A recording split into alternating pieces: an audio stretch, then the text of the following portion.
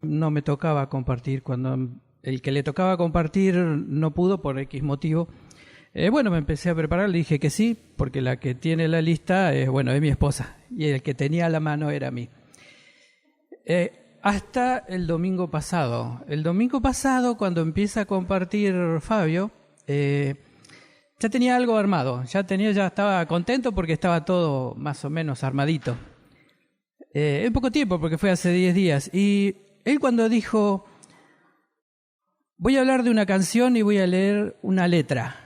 Yo dije, ¿qué? Si llega a ser la misma canción.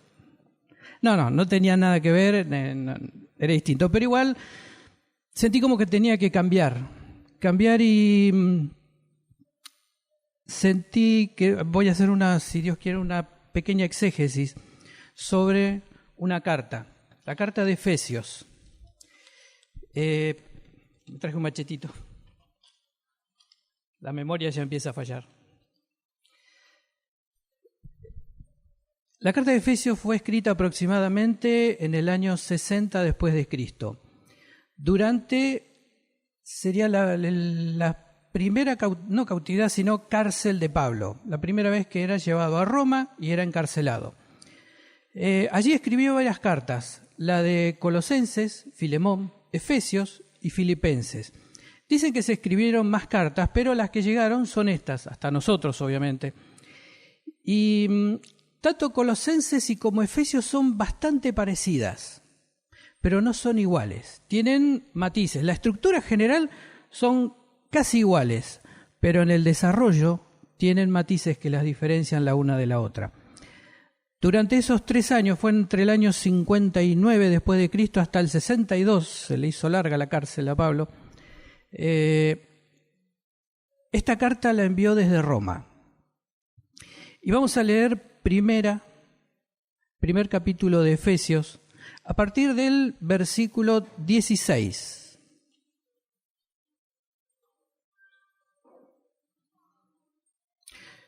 No ceso de dar gracias por vosotros, haciendo memoria de vosotros en mis oraciones, para que el Dios de nuestro Señor Jesucristo, el Padre de gloria, os dé espíritu de sabiduría y de revelación en el conocimiento de Él, alumbrando los ojos de vuestro entendimiento, para que sepáis cuál es la esperanza a que Él os ha llamado y cuál es la riqueza de la gloria de su herencia en los santos, y cuál la supereminente grandeza de su poder para con nosotros los que creemos, según la operación del poder de su fuerza, la cual operó en Cristo, resucitándolo de los muertos y sentándole a la diestra en los lugares celestes, sobre todo principado y autoridad y poderío y señorío, y sobre todo nombre que se nombra, no solo en este siglo, sino también en el venidero. Y sometió todas las cosas bajo sus pies, y los dio por cabeza para todas las cosas a la Iglesia, la cual es su cuerpo, la plenitud de aquel que todo lo llena en todo. Vamos a empezar por el primer versículo. Si bien cuando se hace una exégesis no es necesario tomar un versículo, sino frases o oraciones que uno cree que puede sacar algo de esa frase. En este caso, empezaremos por el 16. No ceso de dar gracias por vosotros, haciendo memoria de vosotros en mis oraciones. Pablo es conocido por su nivel de conocimiento de las Escrituras. Él era fariseo, hijo de fariseos, formado por fariseos. Uno en particular que se menciona en la Escritura es un tal Gamaliel, que tiene una pequeña aparición en los Hechos de los Apóstoles, bastante interesante, pero hoy no vamos a hablar de Gamaliel, sino que él fue formado en el conocimiento de la Escritura. El resto de los creyentes de aquel momento solo tenían acceso no a leer, sino a escuchar la Escritura, y que era solamente los sábados. El fariseo tenía acceso todos los días que quiera a los rollos de las Escrituras, y tenía acceso no al rollo principal, que en aquel momento el rollo principal, o los rollos principales más bien dicho, eran aquellos que no tenían que solamente tenían la escritura, la palabra de Dios. Y había otros rollos que se podría decir que son de clase B o para estudios, que tenían anotaciones, las pronunciaciones, significados, porque era hebreo antiguo, y en el momento en que se empezó, que está redactado esto, el Nuevo Testamento, ya no se hablaba hebreo antiguo, se hablaba arameo, se leía arameo. Y aún para los fariseos había cosas que eran difíciles de comprender si no tenían esas anotaciones, incluso difíciles de leer. Entonces Pablo fue formado en esa cultura farisea. Entonces conocía todo no solo la palabra, sino los rituales, las formas, las cosas que se debían hacer. Era un conocedor muy avesado de lo que era la palabra o lo que hasta el momento Dios había revelado al pueblo judío.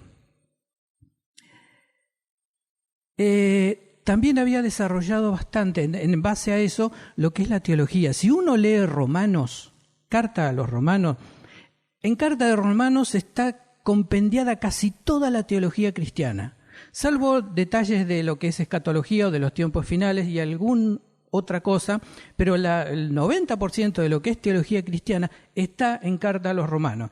Y hay cosas que son bastante complejas. Pero Efesios, cuando lo escribió, se dirigió a una iglesia que estaba bien.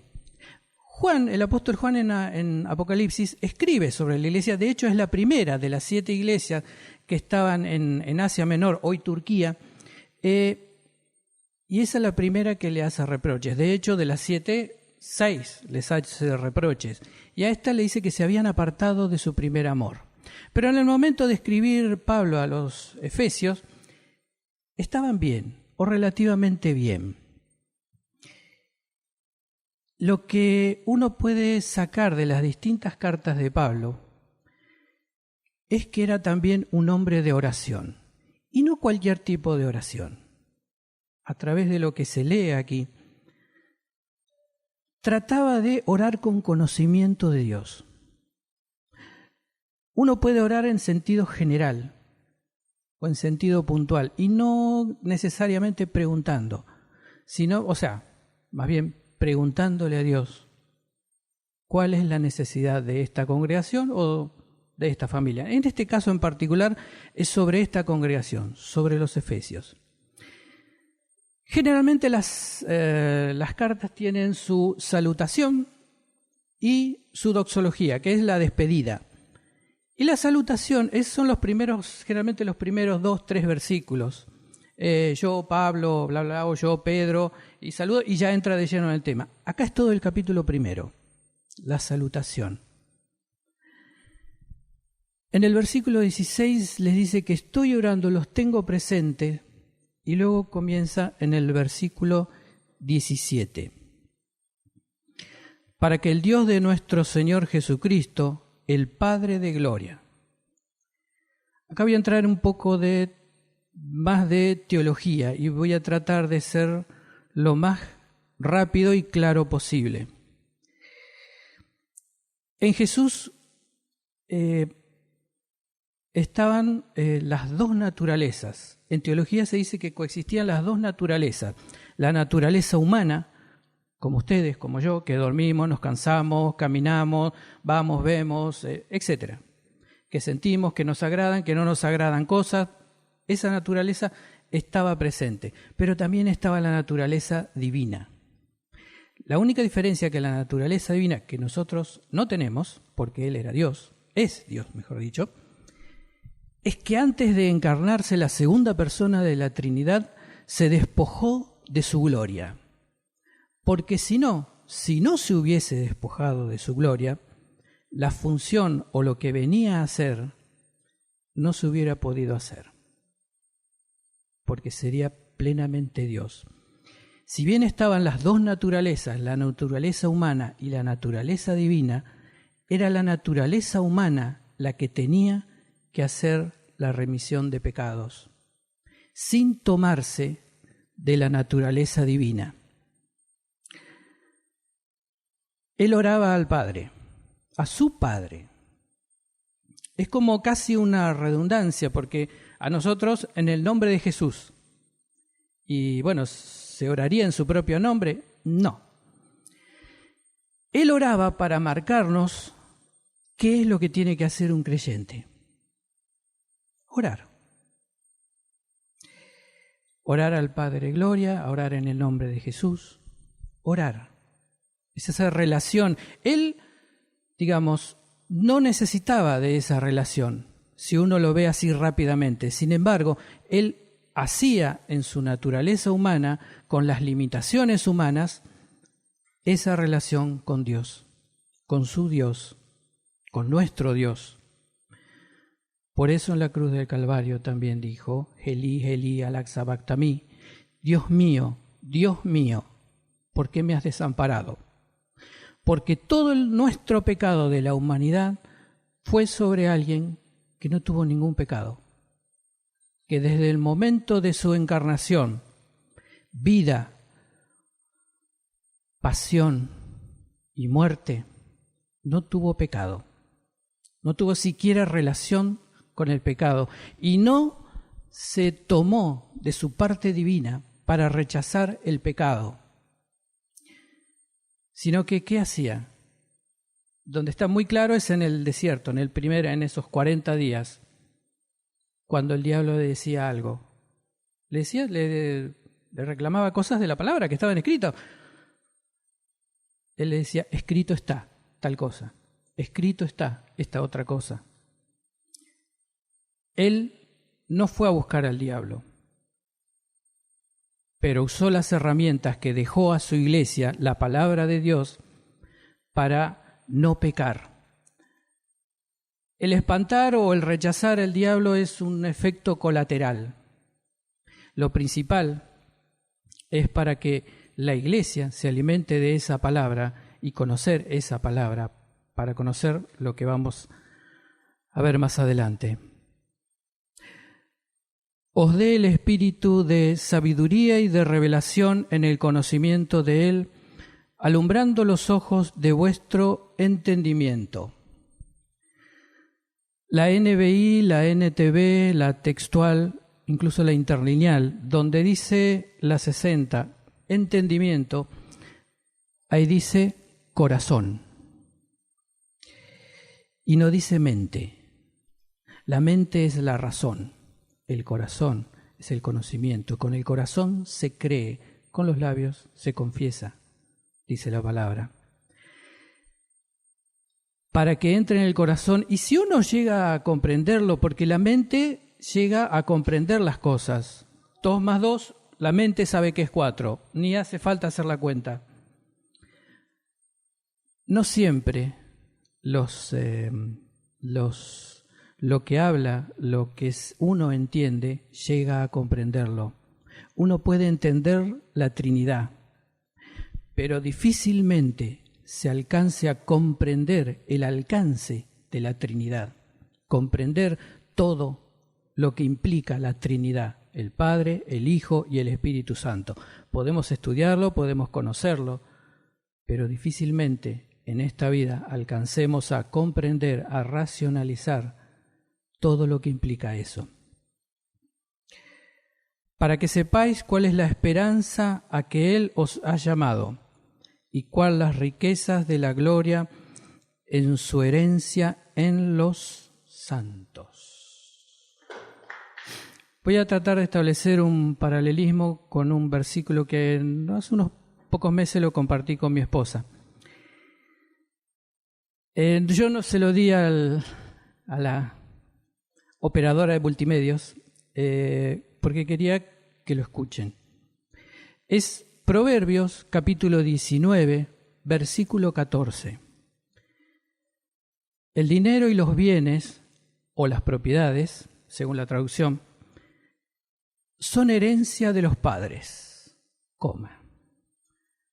mas la mujer prudente es herencia, es don o regalo de Jehová. Lo voy a decir todo corrido en una sola versión.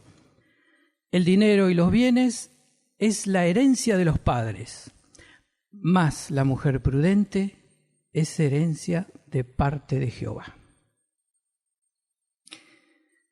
Varones, teléfono. Ellas son nuestras herencias. ¿Qué hago con mi herencia? Acá en este versículo que estamos leyendo de Efesios se está refiriendo a la iglesia. Es su herencia y Dios no va a permitir una herencia que esté de cualquier forma. Quiere que esa herencia sea santa, sea pura, sea limpia. Quiere que a través de esa herencia Él recibir lo que Él espera de nuestra vida. Esa herencia en nuestra vida es lo que Soledad la otra vez comenzó a predicar, creo que va a continuar desglosándolo, que es el fruto del Espíritu.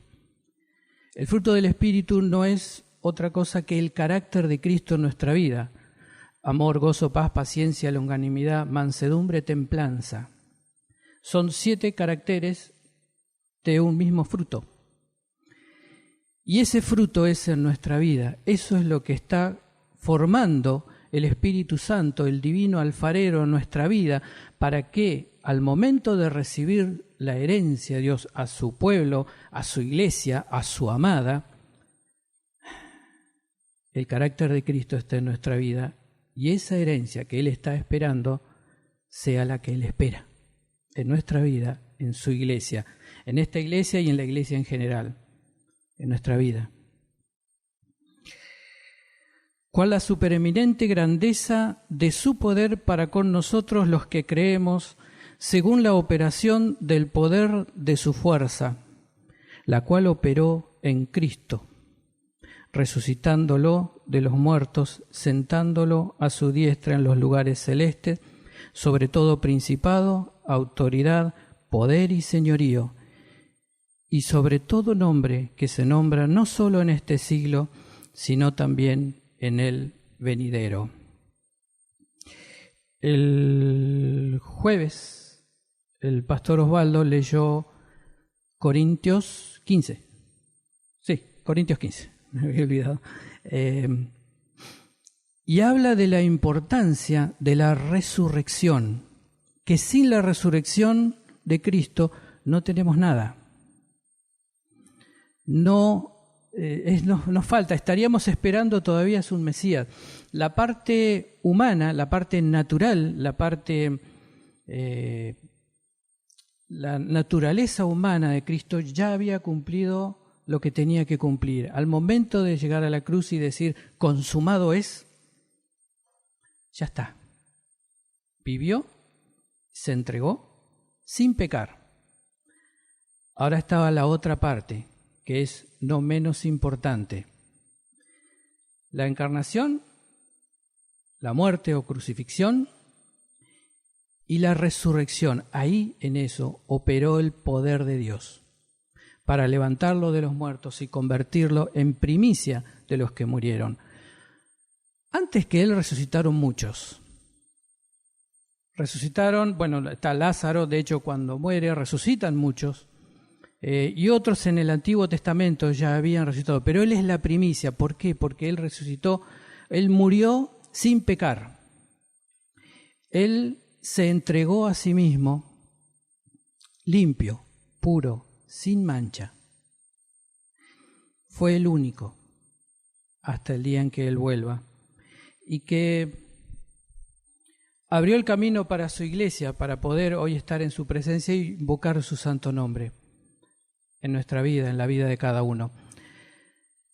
La resurrección tiene una importancia crucial en la vida de la iglesia, no solo para saber, comprender lo que representa la resurrección, lo que no representa, lo que es la resurrección de Cristo, con ese cuerpo glorificado, ya sentado a la diestra del Padre, es el primero. Los demás volvieron a morir. Y continuaron su camino y aún están a la espera de ese momento en que Jesús volverá a buscar, pero ya no va a venir como cuando se encarnó, va a venir con toda su gloria y todo ojo le va a ver. ¿Cómo va a ser eso? No tengo la más pálida idea, porque por como está descrito, lo va a ver el que está entre Belín y el que está en la China, y nosotros tenemos ojos para estar en un solo lugar. Así que no sé cómo va a ser eso. Tampoco es mi prioridad hoy. porque bastante tengo con lo que tengo para vivir cada día, para preocuparme y ocuparme cada día para que Cristo resplandezca en mi vida, que para andar buscando a ver qué es lo que va a pasar el día de mañana, para que el nombre sea glorificado de Dios. Pablo está orando y en esta parte, esto que acabamos de leer, él está orando no para que la iglesia tenga poder. No, él no ora por poder a la iglesia ya tiene poder. Él está orando para que tengamos, en ese momento a los efesios, pero a toda la iglesia, para que sea consciente de que el poder de Dios ya está en la iglesia. No está hablando de los dones, es como que los dones es casi hasta algo colateral, un efecto colateral. Lo principal es conocer a través de la revelación, que no es otro que viene a través del Espíritu Santo. Los dones son necesarios para el crecimiento y maduración de la iglesia y para que la iglesia cumpla su función aquí en la tierra. Son necesarios, pero tener conocimiento, lo primero es tener la revelación de Dios. Y Pablo ora por eso, para que la iglesia busque esa revelación de Dios, para que todo lo demás sea a la luz del conocimiento de Dios, a la luz de la soberanía o de la voluntad de Dios, mejor dicho, para que todo sea dentro del plan de Dios y no de mis buenas intenciones, que pueden estar muy lindas, muy agradables, muy interesantes, pero si no son la voluntad de Dios es lo mismo que la nada. Ya entrando en los últimos versículos, sometió todas las cosas bajo sus pies y lo dio por cabeza sobre todas las cosas a la iglesia, la cual es su cuerpo, la plenitud de aquel que todo lo llena en todo. El Padre estableció que su Hijo es la cabeza de la iglesia. Y aquí habla como que hay como una especie de interdependencia, pero esa dependencia no son equivalentes, para nada, pero existe. Dios quiere utilizar a su iglesia aquí en la tierra. Por otro lado, la iglesia necesita ser utilizado por Dios para cumplir la función, su función, nuestra función aquí en la tierra. Dicho de otra forma, Dios sin la iglesia seguirá siendo Dios. La iglesia sin Dios es una sociedad de fomento, un club de barrio, un club de pueblo, una reunión de amigos con buena onda, no mucho más que eso. La dependencia la establece el Espíritu Santo. Estando dentro de la voluntad del Espíritu Santo, se entra dentro de esa dependencia santa. Y por eso Pablo ora por revelación, que no es otro que el Espíritu Santo que trae a su iglesia para tener clarificado qué es lo que tienen que hacer, cuál es el plan de Dios para cada uno, para la iglesia, para llevarlo adelante y para que no sea un cúmulo de buenas obras, que lamentablemente, si leemos Efesios en Apocalipsis, se llegó a eso. Olvidaron el primer amor. Andaban bien, hacían muchas cosas, pero olvidaron el primer amor. Se fueron tras actividades, no hay demasiadas especificaciones, pero olvidaron el primer amor. Que en el momento de escribir esta escritura, esta carta a Pablo, se ve que estaban en su primer amor, todas las cosas en su lugar. Y Pablo estaba orando con conocimiento, para que tengan conocimiento de aquel que todo lo llena en todo, y que Él quiere que la iglesia sea utilizado aquí, ahora, en todo momento, porque Él es nuestra cabeza. La cabeza manda. Se enfatiza a veces que todo está bajo los pies, todo se pisa, pero se pisa si la cabeza lo quiere, si la cabeza lo manda, si la cabeza lo ordena. El cuerpo no se mueve por sí solo, o no debería. Y cuando se mueve por sí solo, ya la cabeza dirá lo que dice en otros pasajes de la Escritura. Señor, hicimos milagros y prodigios en tu nombre. No les conozco. Evidentemente hicieron cosas, muchas actividades, en el nombre de Jesús, en el nombre de Dios, en el nombre de Jehová, pero no junto a Jehová, no por la voluntad de Jehová, sino porque eran buenas cosas y que llevaban algo, pero sin enterarse. Hicieron cosas sin que Dios se entere. O sea, sus planes, no los planes de Dios. Que los marca el Espíritu Santo, que los revela el Espíritu Santo y nos trae claridad de cada día. Y eso era lo que oraba Pablo. No oraba por dones, no oraba para que la iglesia tenga poder, sino para que conozca que ese poder ya está en la iglesia y que las limitaciones de ese poder la establece mi ego, mi yo, mis buenas intenciones. Pero cuando el Espíritu Santo guía ese poder que está, aquí la traducción cuando dice poder, hay como una redundancia de término, la supereminente grandeza de su poder. Son palabras parecidas, pero esa palabra poder no es fuerza. Tiene más relación con una explosión incontenible, donde obra el poder de Dios. Cuando obra el poder de Dios en su iglesia, no hay límites. Si obra la carne, los límites ya los marcó. Y Dios no obra. Dios no se mete donde hay carne. Donde está el Espíritu hay libertad. Y cuando vivimos en esa libertad, el Espíritu obra en su iglesia y Él marca claramente las necesidades que tenemos y nos trae claridad cada día de las cosas que necesitamos y que necesita su iglesia hacer para glorificar su nombre, para que su nombre sea honrado, para que esa herencia sea limpia, la que vendrá a buscar algún día, y que nuestro ser, nuestro carácter, lleve ese fruto que glorifica su nombre. Amén.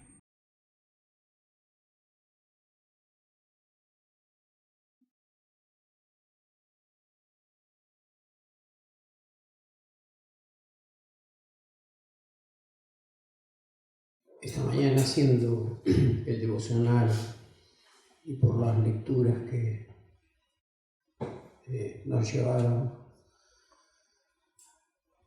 me trajo a la mente que hoy le tocaba a Mario predicar.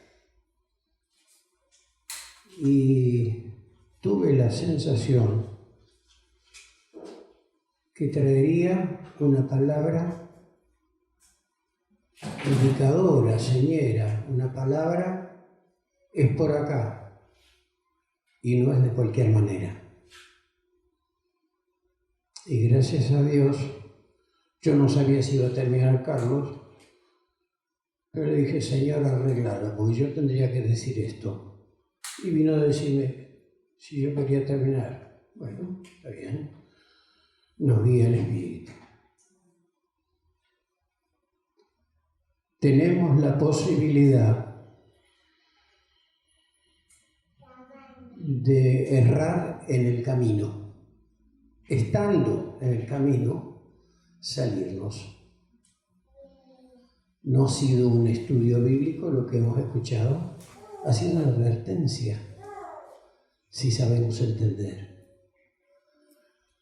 Cada vez que se expone la palabra de Dios, porque Dios quiere que tengamos conocimiento, para que podamos enfocar nuestra fe, la fe que Dios nos ha dado, y podamos alcanzar todo lo que Dios ha preparado para cada uno.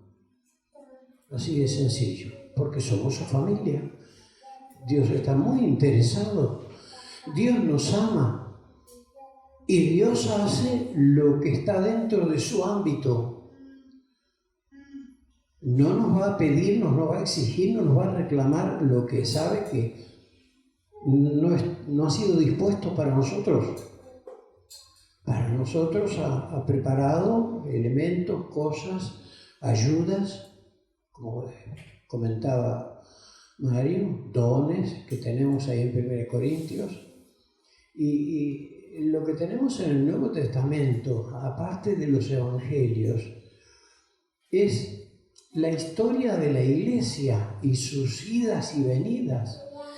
Y siendo que tenían al mismo Señor que tenemos nosotros, las mismas promesas, era cuestión de tiempo. Ellos hacían menos años que lo habían tenido al Señor cerca, visible, audible, pero no hace la diferencia, porque es la palabra eterna de Dios, no es un cúmulo de historia. Si así fuera tendría su valor, pero nada que ver como palabra de Dios. Pero la palabra de Dios lleva el respaldo de él, por lo tanto, en su palabra y con la asistencia del Espíritu Santo que ya nos ha dado para que pudiéramos, nos ha acondicionado para que pudiéramos asimilar, digerir esa palabra y que hiciera su efecto. No es la cantidad, no es el número. Estamos viviendo días cuando las iglesias cobran importancia por el número de asistentes, más otros tantos números que hay que se tienen en cuenta. Pero el que ha dejado el Señor como encargado de la iglesia es el Espíritu Santo, y está ignorado o reconocido, pero está. O sea, Dios ha hecho su parte y Él, como Dios, el Espíritu Santo, va a hacer exactamente todo. Como cuando Jesús estuvo en la tierra y podía decir, yo lo que a Él le agrada hago siempre. Bueno, alguna vez se habrá equivocado. No podía equivocarse, porque tenía que llegar a hacer la obra de la redención en la cruz. La importancia de la resurrección. Fue resucitado por el poder del Espíritu Santo. Claro, pasó como a escondidas, porque todos los que le crucificaron, todos los que se le opusieron en su ministerio, no lo vieron nunca más.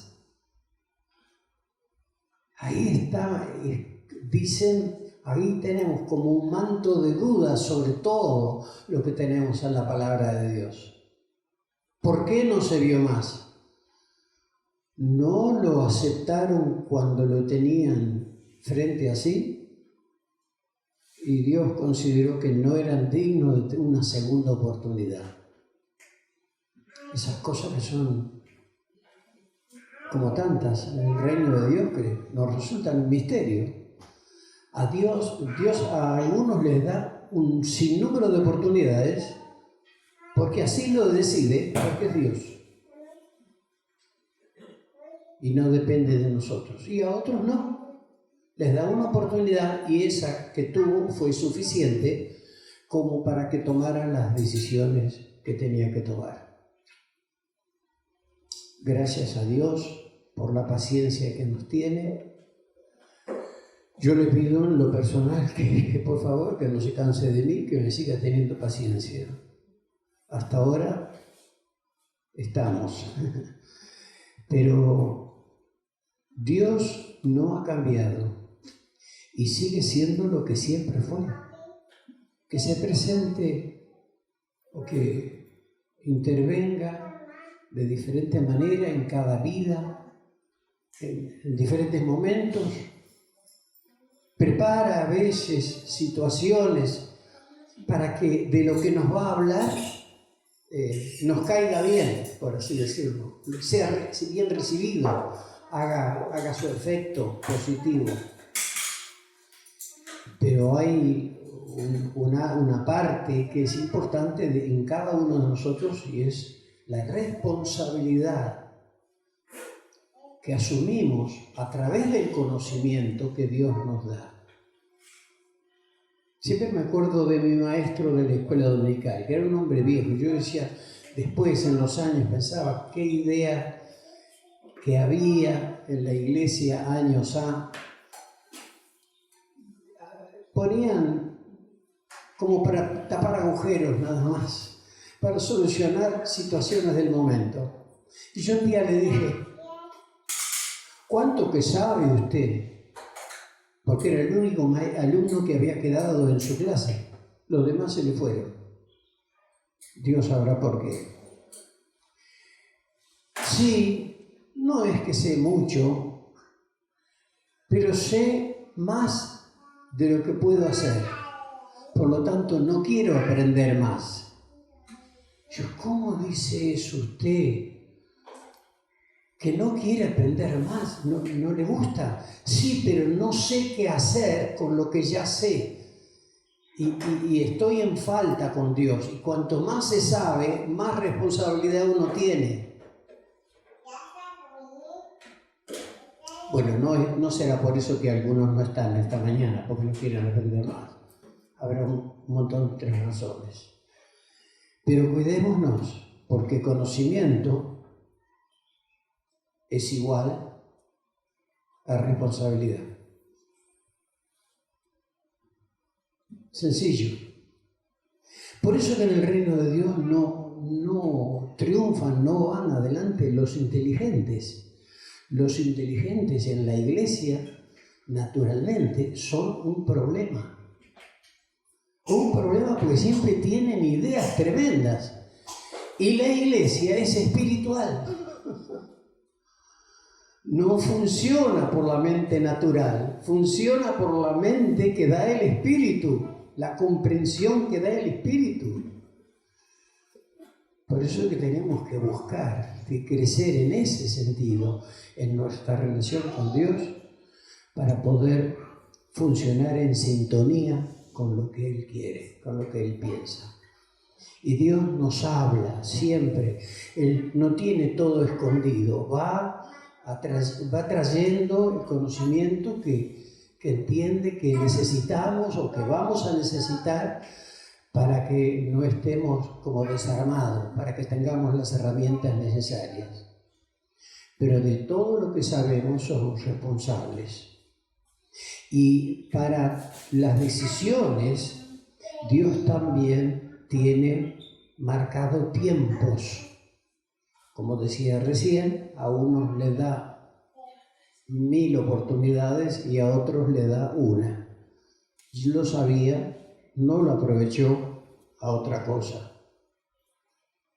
Esto es como los dones, a uno le dio tanto, a otro le dio como la parábola que dijo el Señor. ¿Cómo? Al que tenía más al fin recibió lo que tenía, el que tenía menos. ¿Por qué? Porque no hizo de acuerdo al conocimiento que tenía. ¿Para qué darle más? ¿Para qué conocer más si lo que ya sé es como que está de sobra? De ninguna manera. No estamos diciendo, no hacemos, no nos reunimos para hacer una iglesia importante entre Belén.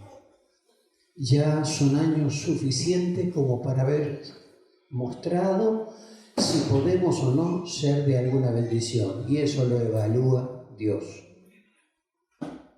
Los juicios valen lo que Dios diga.